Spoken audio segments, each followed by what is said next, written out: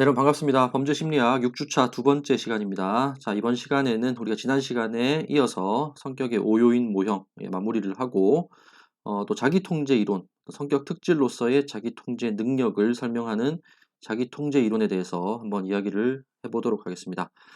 자, 우리 지난 시간에 성격의 5요인 이론에 대해서 이야기를 했었습니다. 그래서 이제 어떤 여러 학자들이 어떤 많은 어떤 질문을 가지고, 그죠? 다양한 사람들을 대상으로 이렇게 요인 분석을 했더니, 자, 공통적으로 5가지 정도의 어떤 성격 요인이 발견이 되더라라는 것입니다.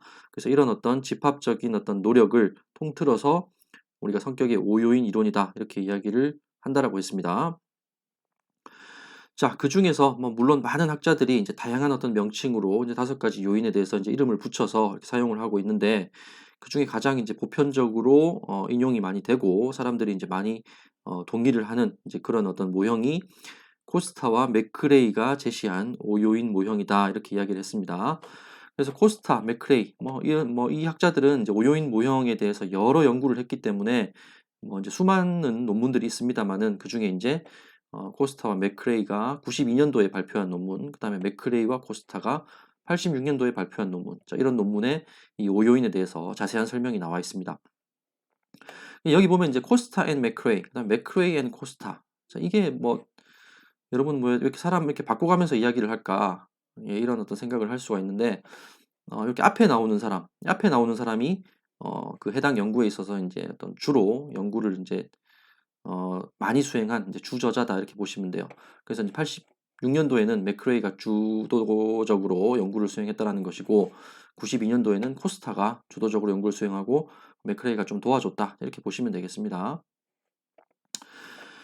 자, 그래서 이제 개방성, 성실성, 외향성, 우호성, 신경과민성, 이렇게 5개의 어떤 5요인을 이제 코스타와 맥크레이가 제시를 했어요. 자신들이 이제 발견한 어떤 그 요인들의 어떤 이름을 이렇게 붙인 것이죠.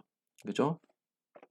그래서 이 5요인 모형을 빅5 또는 이제 오션, OCEAN을 따서 오션 모델이다, 자, 이렇게 부른다라고 이야기를 했었습니다. 자, 그래서 5가지 요인 우리가 이제 쭉 살펴봤습니다. 그죠? 개방성부터. 개방성은 뭐 새로운 것에 대한 어떤 호기심, 뭐 열린 자세, 자, 이런 것들을 나타내는 지표다. 그래서 개방성 점수가 높은 사람은 어떤 지적인 탐구심이나 모험심이나 이런 것들이 강하고, 반면에 삶이 좀 불안정하고 주변 사람들과 갈등도 좀 일으키고 때로는 좀 괴팍한 사람으로 여겨질 수도 있다라고 했습니다. 그리고 이제 과학 예술 분야에서 선구자적인 역할을 했던 인물들이 많다. 그죠? 그리고 좀 어떤 정치적으로 진보적인 성향을 띈다, 이런 이야기를 했었죠. 반면에 개방성이 낮은 사람들은 좀 전통적인 것들을 좋아하고, 권위를 좋아하고, 또 안정, 질서, 보수적인 거, 뭐 의견 통일, 뭐 튀는 걸 별로 안 좋아하고, 이런 어떤 모습을 나타내는 사람들이 개방성 점수가 낮은 사람들. 그죠? 그래서 뭐 어떤 것이 더 좋다, 이렇게 얘기할 수가 없다라고 했습니다. 자, 그 다음에 성실성입니다. 성실성이라는 것은 뭐 자기 조절을 잘하고 책임감이 강하고, 그죠? 장기적 목표에 대해서 이제 계획을 세워서 계획적으로 이렇게 쭉 장기적으로 수행해 나갈 수 있는 이제 그런 사람들.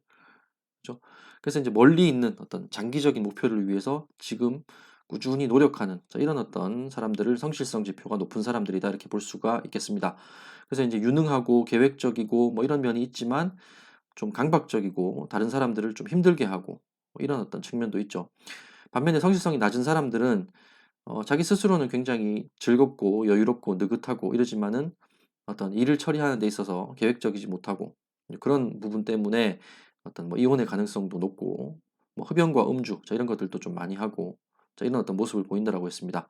자, 그렇지만 이제 예술적인 어떤 분야에서 어떤 탁월한 성취를 이루는 사람은 이 성실성이 낮은 사람들이 많다, 뭐 이런 이야기를 하면서 제가 모차르트, 살리에르 예를 들어서 이제 설명을 드렸습니다. 그죠? 자, 그래서 뭐 모차르트는 결국, 그죠? 뭐 어떤 어린 나이죠. 서른 30대에 뭐 어떤 그 병에 걸려서 이렇게 일찍 죽습니다. 살리에리는 아주 이제 나이가 이제 오래 살죠. 이제 오래 사는데 정신병에 걸려버려요. 치매에 걸려버려요. 나중에는 너무 이제 예민하고 어떤 뭐 계획적이고 이렇게 살면서, 또 그 영화에서는 이제 모차르트에 대한 어떤 질투심 때문에 이제 그런 어떤 병에 치매에 걸렸다, 뭐 이런 식으로 나오기도 합니다만, 뭐 역사적으로 확인된 사실은 아닌 것 같고, 뭐 어쨌든 이제 굉장히 이 성실성 지표에 대해서 이제 잘 나타내주는 이제 그런 영화라고 볼 수가 있겠습니다. 모차르트는 자기 스스로 이제 계획 있게 잘 이제 인생을 컨트롤하지 못했으니까 젊은 나이에 뭐 천재적인 어떤 그런 어떤 작곡들을 남기고 요절을 해버리고 말죠, 그죠? 자, 그다음에 이제 외향성입니다. 외향성은 다른 사람들과 함께 교류하는 어떤 인간관계적 자극을 추구하는 성향을 나타내는 지표다. 그래서 사람들하고 잘 어울리고 외향적이고 이런 어떤 성격을 나타내는 거예요. 자, 그런 어떤 이런 외향적인 성격을 나타내는 사람들일수록 뭐 사람들하고 어울리기 위해서 그런 어떤 뭐 재미거리, 자, 이런 것들을 좀 추구하는 경향이 많겠죠. 그래서 도박, 포금, 뭐 음주, 가무 이런 데 이제 좀 뭐 많이 빠져 있는 경우가 많습니다. 그리고 뭐 다른 사람들하고 이제 막뭐 성적으로도 좀 그런 어떤 좀 문란한 모습 뭐 이런 것들을 보이기도 하고 또 변화 없는 생활에 쉽게 지루함을 느껴서 뭐 여러 번 결혼하기도 하고 뭐 그죠? 뭐 이런 어떤 모습이 있다. 반면에 내향적인 사람들 혼자서 하는 걸 더 좋아하고 혼자서 일하는 걸 더 좋아하고 이제 그렇다라는 것입니다. 그죠? 자, 그다음에 우호성. 다른 사람들에게 이제 우호적으로 대하는가 아니면 좀 적대적으로 대하는가 자, 이런 것들을 이제 평가해 주는 지표다. 그래서 우호성이 높은 사람들은 따뜻하고 배려가 있고 좀 이타적이고 다른 사람을 위하고 그죠? 자, 그러니까 이제 다른 사람들도 자기에게 그렇게 해주기를 좀 기대하는 측면도 있어요. 그죠? 그래서 이게 이제 극단적으로 이제 점수가 높을 경우에는 다른 사람들에게 좀 의존하는 모습을 보이기도 한다라는 거죠. 다른 사람들에게 이렇게 그만큼 잘해주면서 자기도 뭔가 다른 사람들에게 혜택을 받고자 하는 뭐 이런 측면이 좀 있을 수가 있다라는 겁니다. 반면에 우호성이 낮은 사람들은 다른 사람한테 적대적이고 공격적이고 뭐 다른 사람들한테 관심이 없어요. 공감 능력이 좀 떨어져요. 그래서 극단적으로 낮을 경우에는 반사회적 성격 장애로 진단될 가능성이 높다. 그죠?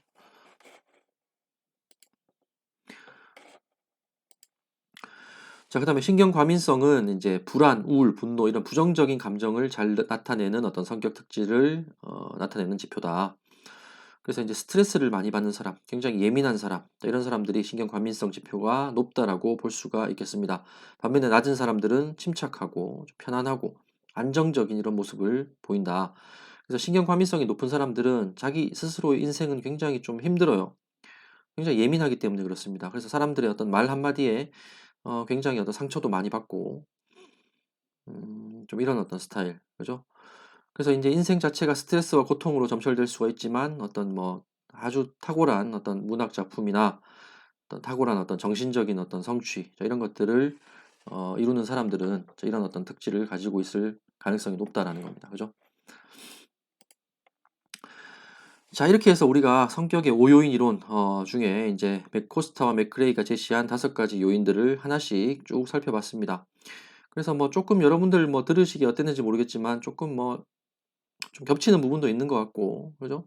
그래서 이 사람 성격이라는 게 뭐 완전 칼로 두부를 탁 자르듯이 이렇게 뭐 딱 쪼개지는 건 아니고 이렇게 그루핑이 되기는 합니다만 요인 분석도 해보면 그래요. 통계적으로 분석을 하면은 뭐 그러니까 1이 이제 가장 큰 수입니다. 1은 이제 똑같은 개념을 이제 상관관계를 보면 이제 1로 나오거든요.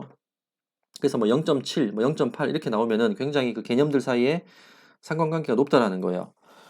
그죠? 그래서 이제 여러 가지 설문지에 있는 이제 여러 가지 질문들 사이의 관계가 뭐 0.7, 0.8로 나오면은 굉장히 상관관계가 높은 어떤 그런 질문이 돼가지고 하나의 그룹으로 묶이겠죠. 뭐 성실성이나 외향성 그룹에 이렇게 묶일 수가 있겠죠. 자, 그렇다고 해서 1은 아니에요. 1. 그죠? 0.2나 0.3점 상점도의 그 이제 그 오차 부분이 있다라는 얘기입니다. 그래서 이제 그런 부분들 때문에 이게 이제 성실성, 외향성 이런 어떤 지표들이 딱 잘리듯이 이렇게 5가지 요인이 완전히 구분되는 건 아니고 이렇게 좀 겹치는 부분들도 있어요. 그래서 이 그림으로 나타내면은 자, 이렇게 이제 5가지 요인들이 조금씩 겹쳐가면서 이렇게 이제 분류가 된다. 이렇게 이해를 하시면 되겠습니다. 그죠? 이해 가시죠? 자, 그래서 우리가 이제 성격에 대해서 살펴봤는데 범죄 심리학이기 때문에 우리가 범죄와의 어떤 관련성, 그죠? 이런 부분에 초점을 맞춰 가지고 한번 정리를 해볼 필요가 있겠다라는 것입니다. 그래서 이번 시간에는 성격의 5요인 중에 범죄성과 관련이 깊은 요인들을 한번 정리를 해보면서 시작을 하도록 하겠습니다. 자, 성실성 같은 경우, 성실성이 높은 경우는 사실 이제 범죄하고 크게 관련이 없을 수가 있어요. 성실성이 높으면은 계획적으로 뭔가 인생을 설계를 하고 그 계획에 따라서 이렇게 이제 인생을 살아나가는 어떤 그런 모습을 많이 보여주기 때문에 그리고 또 장기적인 목표를 추구하는 또 이런 측면이 있죠. 그죠? 뭐 그래서 성실성이 높은 사람들은 뭔가 자기에게 어떤 장기적인 목표를 이루는 데 있어서 방해가 될 만한 그런 행동은 잘 하지 않겠죠. 범죄 행위도 마찬가지입니다. 범죄 행위를 저지르면은 어떤 장기적인 측면에서 자기한테 마이너스가 되기 때문에 어떤 계획을 세우는 데 있어서 뭐 그런 어떤 충동적인 어떤 범죄 행위 이런 것들을 인제 하지 않겠죠. 그죠? 자, 그래서 인제 성실성이 인제 문제가 되는 이 지표가 범죄하고 관련이 되는 어떤 그런 측면에서 보자면은 이게 인제 굉장히 낮을 경우에 문제가 돼요, 성실성 지표가 낮을 경우에. 성실하지 않을 경우에. 그래서 이런 사람들은 '스스로를 통제하는 측면이 부족하다.' 이렇게 볼 수가 있겠죠. 그래서 굉장히 즉흥적으로 행동하고 충동적으로 행동을 하고 어떤 즉각적으로 만족을 어떤 추구하는 이런 경향들이 있어요. 그래서 자신의 만족을 즉각적으로 충족하기 위한 범죄 행위를 반복적으로 저지를 개연성이 높다. 그죠? 그래서 인제 좀 충동에 의한 어떤 그런 범죄, 그다음에 좀 반복적으로 범죄를 저지르는 사람들, 상습범, 이런 사람들이 이 성실성 지표가 낮은 경우가 많다라는 겁니다. 그죠?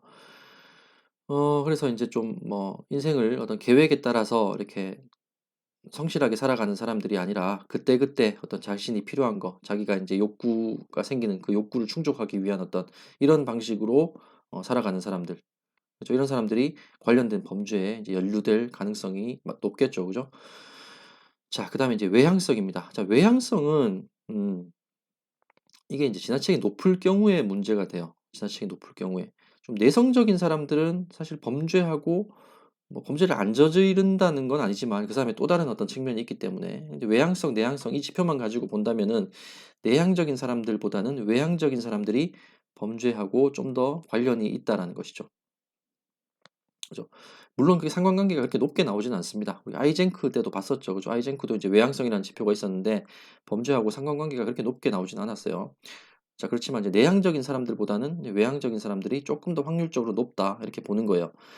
그래서 지나치게 높은 경우에 점수가 지나치게 외향성 점수가 높은 경우에 이제 아주 인제 극단적으로 외향적인 사람인 경우에 어떤 타인과의 관계를 통한 어떤 흥분 이런 것들을 과도하게 추구를 한다라는 겁니다. 그죠? 그래서 인제 막 술자리 이런 데서 막 술을 막 과음을 해요, 이제 외향적인 사람들은. 그래서 뭐 술 과음을 이제 많이 그러니까 그 어떤 분위기를 깨기 싫은 거죠. 분위기 깨기 싫고 자기도 막 거기서 막 어떤 주도적으로 막 어울리고 싶고. 그래서 이제 술을 많이 마시면 어떻게 됩니까? 결국 인제 술에 취하면 판단력도 흐려지고 충동성도 높아지고 이래 가지고 인제 범죄를 저지를 수가 있겠죠. 술 먹고 막 폭력을 행사한다라든지 뭐 이런 범죄, 이런 범죄를 인제 저지를 수가 있고 그다음에 인제 성범죄 뭐 마찬가지로 어떤 타인과의 관계를 통한 어떤 과도한 흥분을 추구하다 보니까 뭐 어떤 성적인 어떤 이런 뭐 어떤 접촉을 통한 어떤 자기의 어떤 흥분을 추구하는 어떤 이런 모습을 보일 수도 있겠죠. 그다음에 이제 도박. 도박도 여러 사람들하고 어울리는 어떤 그런 형태의 어떤 오락입니다. 그죠? 그래서 이제 도박 같은 거 사람들하고 어울리면서 하는 이런 것들을 또 이제 하다 보면은 뭐 단순 오락일 정도의 어떤 도박은 뭐 괜찮지만은 그걸 넘어서는 굉장히 큰 판돈을 걸고 막 상습적으로 도박을 한다라든지 자, 이런 어떤 범죄에 인제 빠질 수가 있다라는 겁니다. 그죠? 그래서 기타 대인관계와 관련된 범죄, 대인관계와 관련된 범죄를 많이 저지르는 이런 사람들은 좀 외향적인 성격을 가지고 있는 경우가 있을 수가 있다. 그다음에 이제 우호성. 자, 우호성은 이제 지나치게 낮을 경우에 좀 문제가 돼요. 우호성이 낮을 경우. 우호성이 높은 사람은 사실 다른 사람들에게 친절하게 대하고 뭐 이렇기 때문에 뭐 범죄 행위를 다른 사람들에게 어떤 피해를 줄 만한 물론 뭐 피해를 좀 다른 유형으로 줄 수는 있겠죠. 너무 의존적으로 막 해 달라고 매달린다든지. 근데 그런 것들은 범죄하고는 사실 상관은 없습니다. 그죠? 그래서 이제 지나치게 낮은 경우가 문제가 되는데 사람들에게 그렇게 친절하게 다가가지 못하고 다른 사람들에게 공감을 이제 느끼지 못하는 거예요. 그래서 좀 이기적이고 자기만의 이제 울타리를 치고 사는 사람들 이렇게 생각을 하시면 돼요. 그래서 뭐 그 울타리 안으로 들어오려고 하는 사람들을 굉장히 공격적으로 밀어내고 다른 사람들이 뭐 어떤 사소한 어떤 그런 어떤 뭐 자기에 대한 어떤 행동에도 굉장히 아주 공격적으로 대응을 하고 '날 건드리지 마.' 약간 이런 느낌. 그죠? '나는 내가 알아서 내 맘대로 살 거니까 날 건드리지 마.' 약간 이런 느낌이에요. 그죠? 그러니까 이런 사람들은 좀 이기적이고 자기만의 이익을 추구하고 뭐 그런 과정에서 좀 적대적이고 이런 과정에서 다른 사람들하고 굉장히 트러블이 많이 생기겠죠. 그죠? 그 트러블 때문에 어떤 범죄에 연루되기도 하고 트러블 때문에 또 또 2차, 3차적인 어떤 충돌이 생겨서 또 이제 범죄를 저지르기도 하고 또 아니면 자신의 어떤 이익만을 막 과도하게 추구하다 보니까 그 과정에서 다른 사람의 어떤 감정이나 이런 것들은 무시해 버리고 좀 자기만의 이익을 생각해서 이제 범죄를 저지르기도 하고 또 이런 식으로 이제 범죄하고 관련될 수가 있다라는 겁니다. 그죠? 그다음에 이제 신경 과민성. 신경 과민성은 이제 지나치게 높은 경우에 이제 문제가 됩니다. 너무 예민한 사람이 아무래도 범죄하고 좀 관련이 될 수가 있겠죠. 타인의 어떤 사소한 행동에도 강한 부정적 정서를 느끼는 거예요. 그래서 뭔가 그냥 그냥 농담으로 한 얘긴데 이거를 굉장히 자기에 대한 어떤 그 공격으로 받아들입니다. 굉장히 예민하게. 그래서 이제 막 거기에 대해서 막 따지기 시작하고 막 시비를 걸고 그럼 다른 사람도 기분이 나쁘겠죠. 자기 의도는 그런 게 아닌데. 그래서 막 충돌을 하게 되고 이제 불화를 많이 일으키고 그죠. 그래서 이런 사람들은 주변에 있는 사람들이 굉장히 피곤해요. 특히 이제 가족과의 관계가 좋지 않는 경우가 많습니다. 가족들한테 너무 예민하게 구는 거예요. 가족들은 항상 이제 같이 살아가야 되는데 이렇게 너무 예민해 버리면은 이제 가족 내에서 충돌이 많이 생길 수밖에 없겠죠. 그래서 요즘 코로나 시대에 이제 가족들이 이제 집에 붙어 있는 경우가 많다라고 하는데 그래서 뭐 이혼율도 높아지고 가정 폭력도 많이 생기고 뭐 이렇다라고 합니다. 그죠? 그래서 이런 경우에는 이제 그런 것들이 생기는 경우에는 그 어떤 그 가해자가 굉장히 신경 과민성 지수가 높은 경우들이 많다라고 우리가 추정을 해볼 수가 있어요.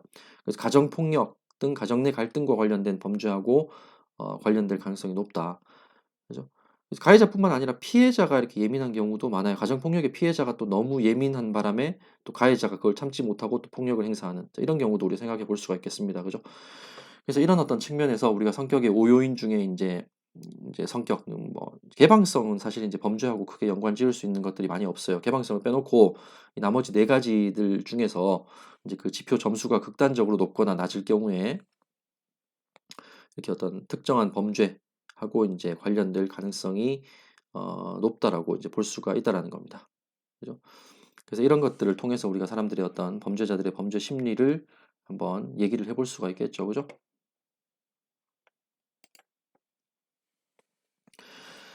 자, 이렇게 해서 우리가 지난 시간부터 쭉 살펴본 성격의 5요인 모형, 5요인 이론, 그죠? 다 이제 마무리를 했습니다. 자, 그래서 뭐 굉장히 좀 재밌는 부분입니다. 그죠? 사람의 성격이 이제 뭐 이렇고 저렇고 그 성격을 가지고 뭐 이 사람이 범죄자의 어떤 가능성이 높은지 낮은지 자, 이런 것들을 좀 이렇게 추정을 해볼 수가 있다라는 거예요. 근데 이제 여러분들이 여기 너무 얽매일 필요가 없는 게 자, 여러분 범죄 심리학을 하면서 좀 주의해야 될 점이 어떤 사람의 심리를 범죄 심리학의 어떤 뭐 내가 범죄 심리학적인 어떤 엄청난 지식을 가지고 있으면 사람의 마음을 꿰뚫어 볼 수 있다. 뭐 이런 건 없어요. 그렇게 얘기하는 것들은 뭐 거의 사기입니다, 사기. 제가 볼 때는 80, 90%가 사기예요. 그래서 마치 뭐 사람의 어떤 그 심리를 꿰뚫어 보듯이 이야기하는 뭐 어떤 그런 것들은 여러분들이 주의를 하셔야 돼요. 그런 것들이 있을 수가 없어요. 하나의 가능성일 뿐이지 어떤 이제 이런 어떤 특성을 가진 사람들은 이제 이렇게 될 가능성이 높다라는 것이지 그런 어떤 특성을 가지고 있다라고 해서 반드시 그렇게 된다라는 보장은 없습니다. 그죠? 항상 어떤 사람의 마음을 예측하고 심리를 이제 예측하는 데 있어서는 오류가 있어요. 우리가 밝힐 수 없는 부분들이 있습니다. 그죠? 그래서 그런 것들을 고려하지 않고 너무 단정적으로 얘기하는 것들을 여러분들이 믿을 필요는 없어요.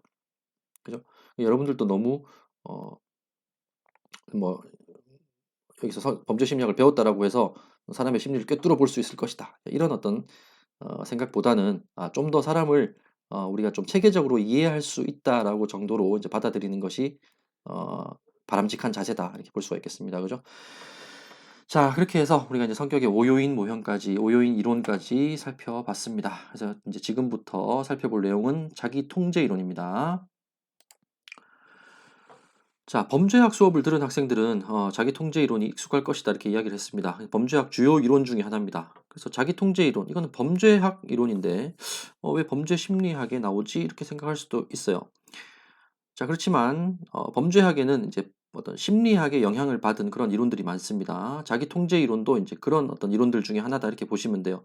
그래서 자기 통제 이론을 여러분들께 소개를 해드리는 것이고 우리가 이제 어떤 여러 가지 다양한 이론들을 통해서 결국에는 범죄 및 범죄자를 제대로 이해하는 것이 목적이기 때문에 이제 그런 측면에서 이제 범죄학 이론이지만 여러분들에게 소개시켜 드리는 것도 있고 또 자기 통제 이론은 심리학에도 있는 이론입니다. 심리학에도 있는 이론이에요. 그래서 범죄 심리학에서 다루지 않을 이유가 없습니다.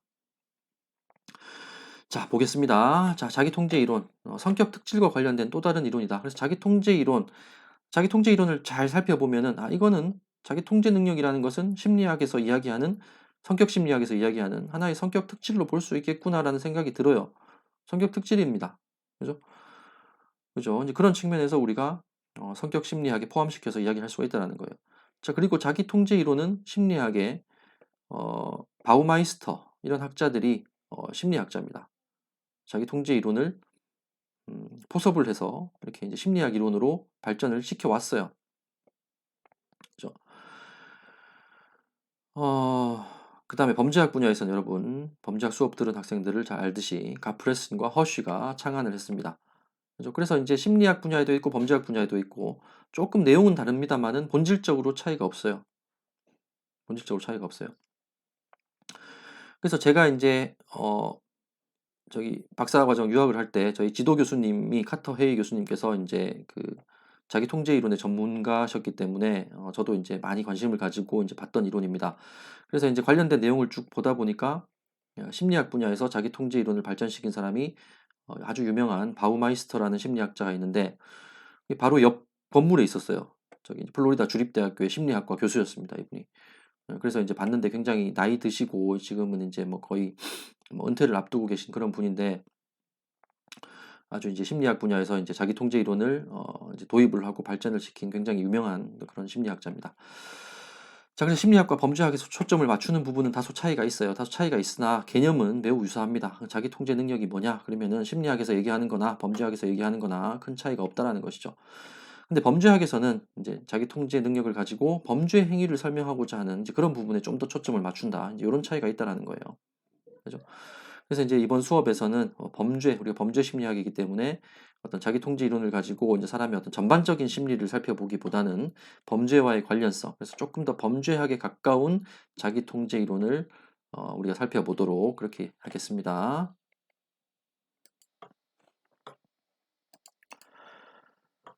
자, 가프레슨과 허쉬의 자기 통제 이론 위주로 여러분들께 설명을 드리겠습니다. 가프레슨과 허쉬 이 두 명의 학자가 이제 1990년도에 창안을 했어요. 그래서 허쉬의 제자가 가프레슨입니다. 허쉬는 가프레스의 스승이죠. 그래서 제가 이제 허쉬가 미국에서 이제 2017년도인가요? 16년도인가요? 그때 이제 사망을 했습니다. 돌아가셨어요. 이제 나이가 많아가지고 돌아가셨습니다. 돌아가셨는데 그 가프레슨이 그 미국 범죄학회에 와서 그 허쉬에 대해서 이제 쭉 이제 회고를 하면서 이렇게 연설을 한 적이 있어요. 그래서 제가 이제 그때 현장에 있었는데 이런 이야기를 했습니다. 가프레슨이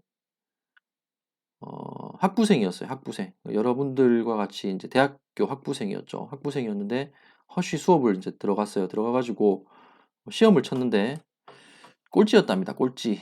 예, 시험을 꼴찌를 하고 학점도 뭐 F를 한번 받았다고 했는지 뭐 하여튼 뭐 C를 받았다고 했는지 엄청 하여튼 낮은 학점을 받았어요.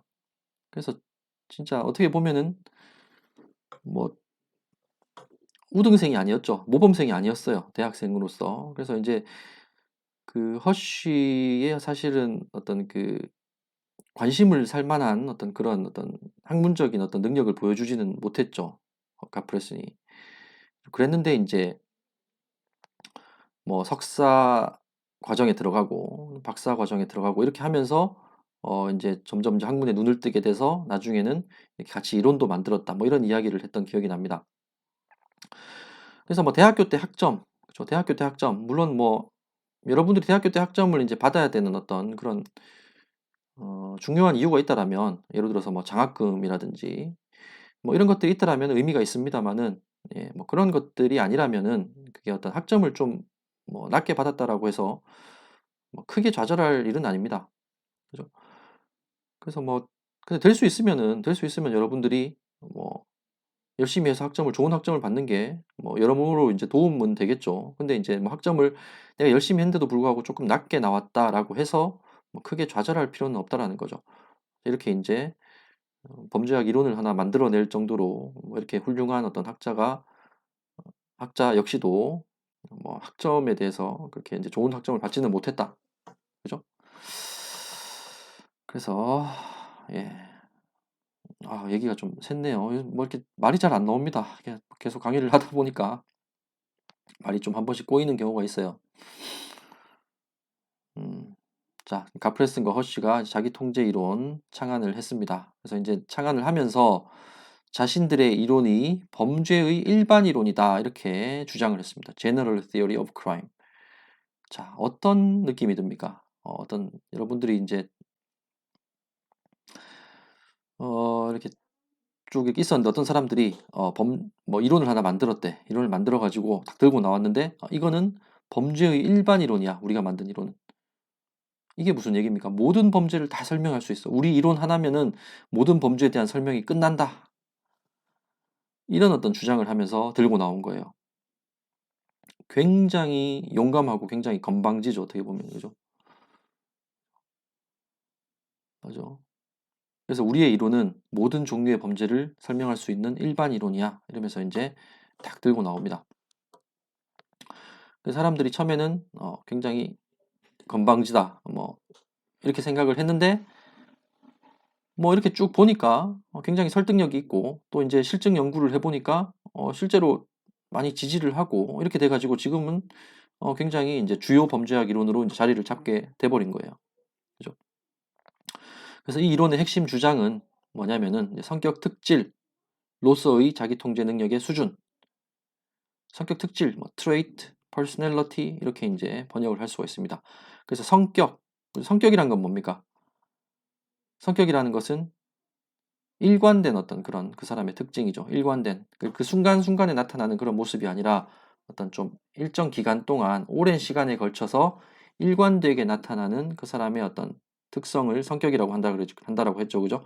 그래서 이런 성격 특질로서의 자기 통제 능력의 수준. 그 자기 통제 능력은 어떤 그 사람의 일관된 어떤 하나의 특질이라는 거예요. 하나의 성격이라는 거죠. 그죠? 가프레슨과 허쉬가 성격이다 이런 표현을 쓰고 있지는 않습니다. 이건 personality야 이런 표현을 쓰고 있지는 않지만 자기 통제 능력의 수준은 평생 동안 변하지 않는다 이런 표현을 써요. 그 말이 곧 뭡니까? 일관성이 있는 오랜 장기간 동안 일관성을 보여주는 그 사람의 어떤 성격 특질이다라는 것을 풀어서 표현을 하고 있는 겁니다. 그죠? 그래서 이 자기 통제 능력의 수준이라는 것은 하나의 성격 특질로 볼 수 있는데 자, 이것은 범죄 및 비행의 수준을 결정한다. 그래서 자기 통제 능력의 수준이 높은 사람은 범죄 및 비행을 많이 저지를 것이고 높은 사람은 범죄 및 비행을 적게 저지를 것이고 자기 통제 능력의 수준이 낮은 사람은 범죄 및 비행을 많이 저지를 것이다. 이 자기 통제 능력의 수준이라는 것은 그 사람의 성격과도 같은 것이다. 이렇게 이제 볼 수 있다는 거죠. 그래서 자기 통제 능력의 수준은 80세 이전에 어떤 부모 양육의 효율성에 따라서 결정되며 자, 그래서 구체적으로 얘기하자면 이 사람들이 주장하기로는 부모의 감독과 훈육이 중요하다 이렇게 이야기를 해요. 감독과 훈육. 자, 감독은 뭡니까? 뭔가 얘가 나쁜 짓을 하려고 할 때 못하게 하는 거죠. 감시하는 거라고 보면 됩니다. 그죠? 그래서 8세하고 10세 이전에 나쁜 짓을 할 게 뭐가 있을까 싶지만 8세, 10세 이전에 이제 아이들이 좀 뭐 자기 또래 아이들을 좀 이렇게 함부로 대하고 좀 공격적인 어떤 모습을 보이고 막 자기 하고 싶은 대로 하려고 하고 좀 이기적인 모습을 보이고 이럴 때 부모가 그런 행위를 하지 못하도록 제지해 주는 거. 이런 게 감독이겠죠. 제지해 주는 거. 그죠? 그래서 요즘은 뭐 아이들 뭐 기죽지 말라고 그러는 어떤 건지 뭐 모르겠습니다만은 뭐 애들이 막 잘못된 행동을 해도 그냥 방치하는 부모들이 너무 많은 것 같아요. 제 개인적인 생각에는. 그래서 뭐 어디 뭐 음식점 같은 데 가도 막 아이들이 막 음식점에서 막 장난을 치고 뛰어다니는 뭐 요즘에 많이는 없습니다만은 그런 경우가 간혹 있습니다. 그죠? 이제 그런 경우에도 이렇게 제지를 해 줘야 되는데 그런 행위를 못 하도록 다른 사람들에게 피해를 주기 때문에 제지를 해야 되는데 그냥 뭐 무심하게 놔두는 부모들도 가끔 있어요. 그죠? 그래서 다른 사람들이 막 이렇게 눈치를 주고 하면은 그제서야 인제 뭐 쪼끔 이렇게 제지를 시킨다든지 뭐 아예 그냥 놔둬 버리는 그런 부모들도 있죠. 그런 것들 제대로 해야 된다라는 겁니다. 8 세에서 10세 이전에. 본인 그 아이의 발달에 부정적인 영향을 미친다는 거예요, 가만히 놔두면은. 이제 이런 것들을 인제 부모의 감독이라고 볼 수가 있어요. 그리고 뭐 하루에 1 시간 정도만 자기 스스로 인제 하루에 1 시간 정도만 어 뭐 밖에 나가서 놀아야 되는데 얘가 뭐 아침에 나가 가지고 밤 12 시에 들어오는 거예요. 막 꼬맹이들이 놀이터에 나가 가지고 막 다른 아이들하고 어울려 다니면서. 그죠? 그래서 자기 스스로를 통제하는 어떤 이런 기술을 어렸을 때부터 배워야 되는데 배우지를 못한 거예요. 부모가 이렇게 통제를 해 주지를 않으니까. 그냥 자기가 하고 싶은 대로 '내가 하고 싶은 대로 다 하면 되는구나.' 이런 생각을 무의식 중에 학습하게 되는 거죠. 일종의 학습 원리가 작용을 하는 겁니다 이때. 그죠? 그죠? 그다음에 훈육입니다, 훈육. 훈육은 이제 이런 단순히 인제 뭐 못하게 제지하는 어떤 이런 감독을 넘어서서 "야 네가 한 행위는 잘못됐다."라고 얘기를 해 주는 게 훈육입니다. 훈육이라고 해서 뭐 체벌 뭐 이런 것이 아니라 체벌은 인제 학대죠, 학대. 훈육을 넘어서는 인제 학대로 들어가는 것이고 훈육이라는 것은 "이건 잘못됐다."라고 그 아이에게 인지를 시켜 주는 거예요, 확실하게. 반복적으로. 그죠? 그래서 훈련을 시켜 주는 겁니다, 그런 행위를 하면 안 되도록. 자, 이런 것들이 중요하다라고 봤어요, 카프레스 것이는. 그래서 어린 시절 8 세에서 10세 때 이런 것들이 잘 이루어지면은 부모가 잘 감독하고 잘 훈육을 시키고 하면은 그게 커서도 그 어떤 어린 시절에 어떤 그 습관, 부모로부터 인제 배운 습관이 계속 커서도 인제 유지가 된다라고 보는 겁니다. 그죠? 그래서 8 세하고 10세 이전에 이게 인제 제대로 형성되지 않은 사람들은 커 가지고 10세 이후에 인제 막 청소년기 막 접어들 무렵부터 돼 가지고는 이게 잘 안 바뀐다는 거예요. 이미 어렸을 때 그게 그 사람의 어떤 성격으로 딱 굳어져 버린다는 것입니다. 그래서 한번 결정된 자기 통제 능력의 상대적 수준, 이건 평생 동안 변화하지 않는다. 상대적 수준이라는 건 뭡니까? 다른 사람하고 자기하고의 어떤 랭킹입니다, 랭킹. 그래서 자기 통제 능력의 어떤 수준이 높게 형성된 사람이 있고 8 세, 10세 이전에 부모로부터 어떤 그런 감독과 훈육을 잘 받아서 또 어떤 사람들은 낮게 형성된 사람이 있어요, 자기 통제 능력이.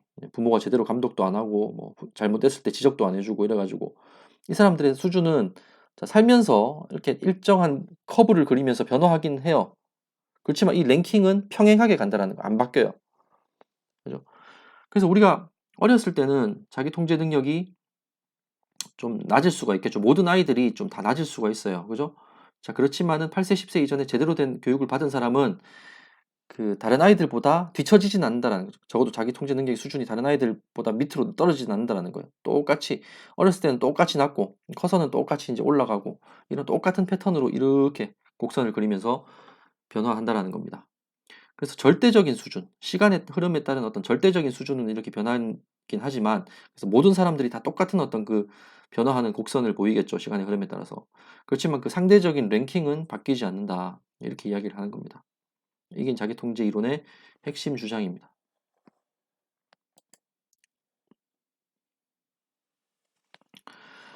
자, 그래서 모든 이론은 인간 본성에 대한 어떤 기본 전제가 있다라는 이야기를 전에 한번 했었던 것 같습니다. 그죠? 그래서 인간은 이기적이고 쾌락을 추구한다 이렇게 봐요, 자기 통제 이론은. 인간은 기본적으로 굉장히 이기적이고 태어날 때부터 자기가 막 그 하고자 하는 어떤 그런 뭐 욕망 이거를 이제 충족하고자 하고 무조건 어떻게든지 그리고 쾌락을 추구하고 자 이런 어떤 습성이 있다라는 거예요, 태어날 때부터. 인간 본성이 그렇다. 인간 본성이 그렇기 때문에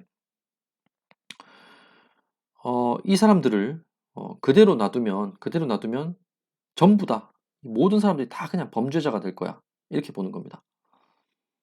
근데 현실은 어떻습니까? 모든 사람들이 다 범죄자는 아니죠. 모든 사람들 대부분의 사람들은 사회적인 규율을 잘 지키면서 잘 살아갑니다. 그중에 일부만 인제 뭐 범죄자가 되죠. 좀 상습적인 범죄자, 범죄자의 어떤 그 길로 빠지게 되는 사람들. 이 일부가 그렇습니다. 그죠?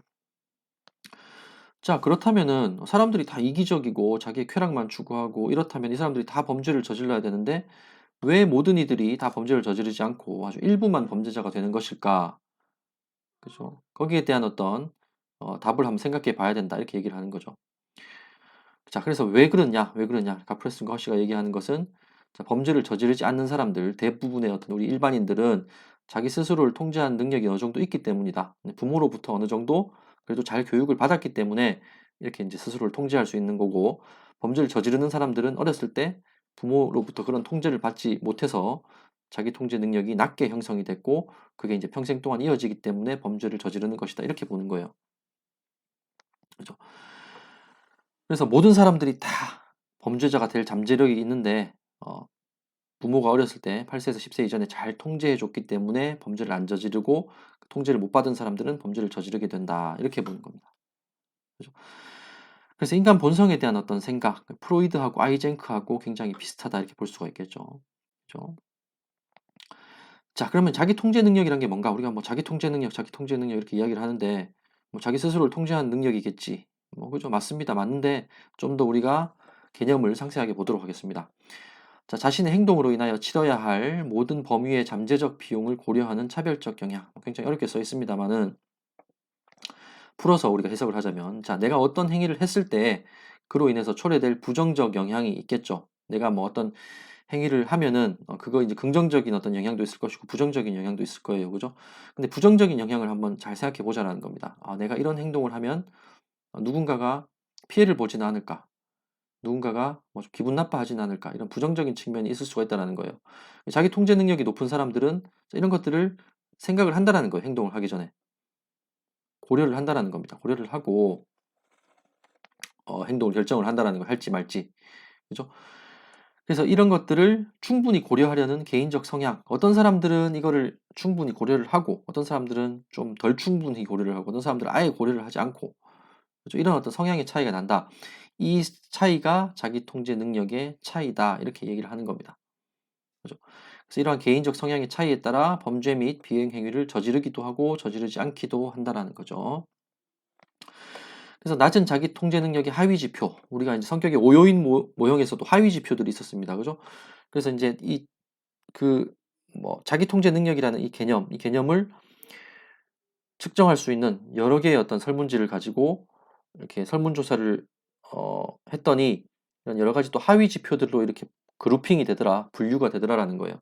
그래서 이제 그 하위 지표들 그룹핑이 된 어떤 질문들을 살펴보고 또 이제 가프레슨과 허쉬가 이름을 붙인 거죠. 그죠? 그래서 이제 보면 충동성, 충동적인 어떤 그런 성격 이런 것들도 자기 통제 능력이 하나의 지표가 될 수가 있고 충동성이 높은 사람은 자기 통제 능력 점수가 낮게 나오겠죠. 그다음에 이제 위험 추구, 뭐 어떤 굉장히 어떤 위험한 행동인데 그런 것들을 잘 개의치 않고 막 행동을 하는 거예요. 뭐 리스크 시킹이라고 그럽니다. 그래서 이제 위험한 행동을 막 추구하는 경향, 그죠? 이런 것도 자기 통제 능력이 낮다라고 볼 수가 있겠고 위험한 행동을 추구한다는 게 뭡니까? 위험해가지고 이게 행동을 하면 내가 위험해질 거를 뻔히 알면 안 해야 되죠. 그죠? 근데 그걸 그냥 한다라는 거예요. 그래서 어떤 미래에 일어날 어떤 그런 어떤 해악, 부정적 영향 이런 것들을 잘 고려하지 않는다는 거죠. 그죠? 그다음에 단순한 일에 대한 선호, 뭐 복잡한 일을 싫어해요. 싫어하고 좀 단순하고 빨리 뭔가 결정이 나는 그런 행동들을 더 좋아하고 뭐 누구나 다 그렇죠. 누구나 다 그렇지만은 이제 이런 어떤 특성이 특별히 더 높게 나타난다는 거예요. 다른 사람에 비해서. 그다음에 또 굉장히 자기중심적이고 그죠? 어떤 자신의 어떤 이익만을 추구하고 즉각적인 어떤 만족을 추구하기 때문에 다른 사람들의 어떤 그런 것들을 잘 고려하지 못한다라는 겁니다. 그다음에 어떤 정신적인 일보다 신체적인 일을 선호. 머리를 이제 써가지고 막 심각하게 고민해야 될 이런 것들은 어떤 즉각적인 만족을 추구하는데 별로 도움이 되지 않습니다. 그죠? 그래서 이제 그런 것들보다는 뭐 신체적으로 하는 일들을 좀 더 선호하고 감정 폭발, 그죠? hot tempered 이렇게 영어로 이제 표현이 되어 있습니다. hot tempered. 뭐 어떤 그러니까 좀 불같은 성격, 그죠? 뭔가 이제 자극이 주어졌을 때 그거를 차분하게 생각해 보지 않고 막 그 즉각적으로 반응을 하면서 막 화를 잘 내는 이런 성격이 다 낮은 자기 통제 능력의 하위 지표다 이렇게 이야기를 하고 있어요. 그래서 이런 지표들에 대한 수치가 높게 나타날수록 낮은 자기 통제 능력 수치가 높다. 자, 낮은 자기 통제 능력 수치가 높다. 이 말은 곧 뭡니까? 자기 통제 능력이 낮다라는 겁니다.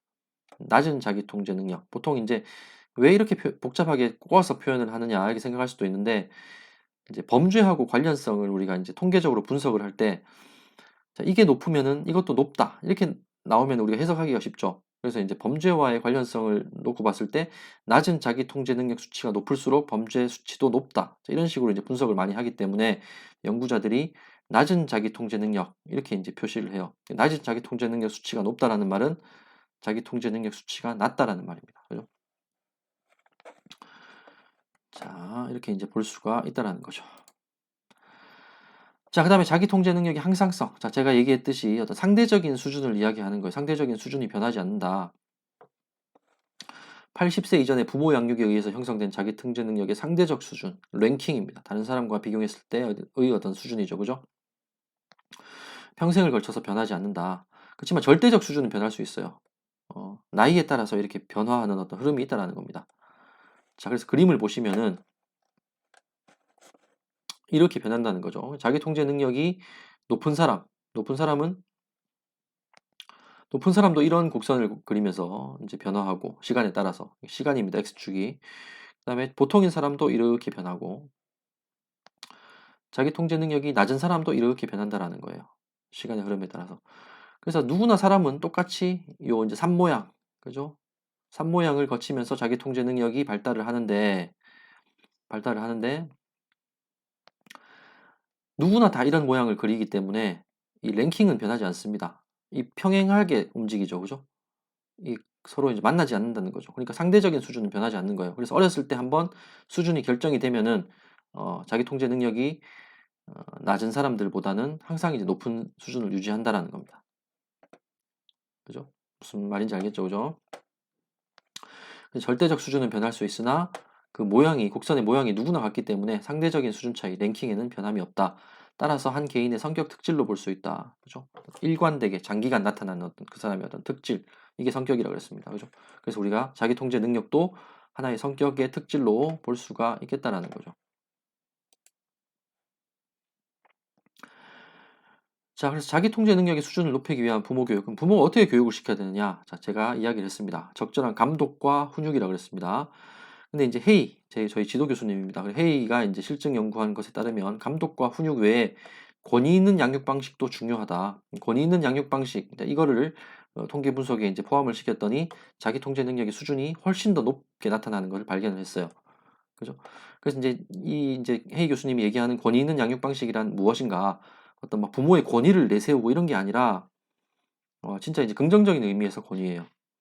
그 높은 기준을 세우고 합리적으로 요구하고 아이들의 필요에 열심히 귀 기울여 주는 거. 그래서 자, 네가 하고 싶은 대로 해. 그냥 뭐 아이 네 나이 때는 그냥 이 정도만 하면 되지. 이런 게 아니고 뭐 불과 네가 뭐 6세, 7세에 불과하지만 자, 이런 행동을 해서는 안 돼. 그 기준을 높이는 거예요. 기준을 높이고 자, 그런 것을 하게끔 어떤 합리적으로 이제 이야기를 하는 거죠. 자, 왜 네가 이렇게 행동을 해야 되냐면 자, 이렇게 행동하는 것은 다른 사람들에게 피해를 주고 그죠?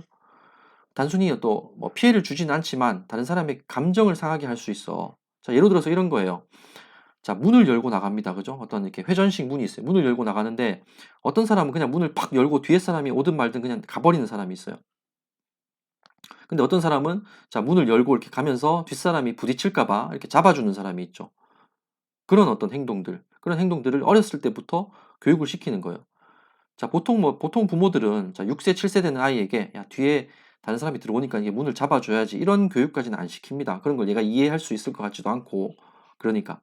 근데 이제 권위적인 양육 방식을 취하는 부모들은 그런 거를 교육을 시킨다는 거예요. 아주 기준이 높아지는 거죠. 그 나이대의 아이들에 비해서 일반적으로 그죠? 그래서 그 아이에게 설명을 합니다. 자, 문을 이제 아이들 잘 모르겠죠. 모르니까 그냥 문을 팍 열고 그냥 가버리는 거예요. 그러면 이제 그 아이를 불러가지고 설명을 해줘요. 자, 네가 방금 문을 팍 밀치고 들어갔는데 그렇게 하면은 뒤에 지금 다른 아이가 들어오고 있었잖아, 그지? 그 아이에게 부딪힐 수가 있겠지. 그럼 그 아이가 이제 합리적으로 설명을 해주면 납득을 할 거예요, 그죠?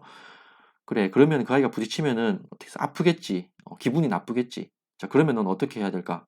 거기서 이제 가면서 뒤에 아이를 생각을 해서 이렇게 문을 좀 잡아줘야 되겠지. 뒤에 아이가 들어올 수 있도록, 그지? 그러면 그 아이가 기분이 안 나쁘고 다칠 염려도 없겠지. 다음부터는 그렇게 하자. 이렇게 설명을 해주는 거예요. 그러면 이제 그 아이가 그때부터 이제 그렇게 행동을 하게 된다라는 거죠. 그죠? 막 그 자리에서 막 때리고 야단치고 이런 게 아니고 합리적으로 설명을 해주는 거예요. 아주 높은 기준을 설정해 두고 그걸 이해할 수 있도록. 자, 이런 식의 양육 방식이 이루어져야 된다라는 겁니다. 그리고 아이들의 필요에 열심히 귀 기울여 주는 거예요. 아이들이 뭐 화가 나고 짜증이 났어. 어떤 경우에. 야, 너 왜 이렇게 화를 내고 짜증을 내? 라고 막 때리고 야단치고 이게 아니라 그래, 일로 와봐, 일로 와봐, 일로 와봐. 방금 이제 네가 화가 나고 짜증이 났는데 왜 그런지 좀 설명을 해줘. 그럼 그 아이가 이제 막 뭐 어떤 자기만의 방법으로 막 설명을 할 거예요. 그거를 유심히 들어주는 거예요.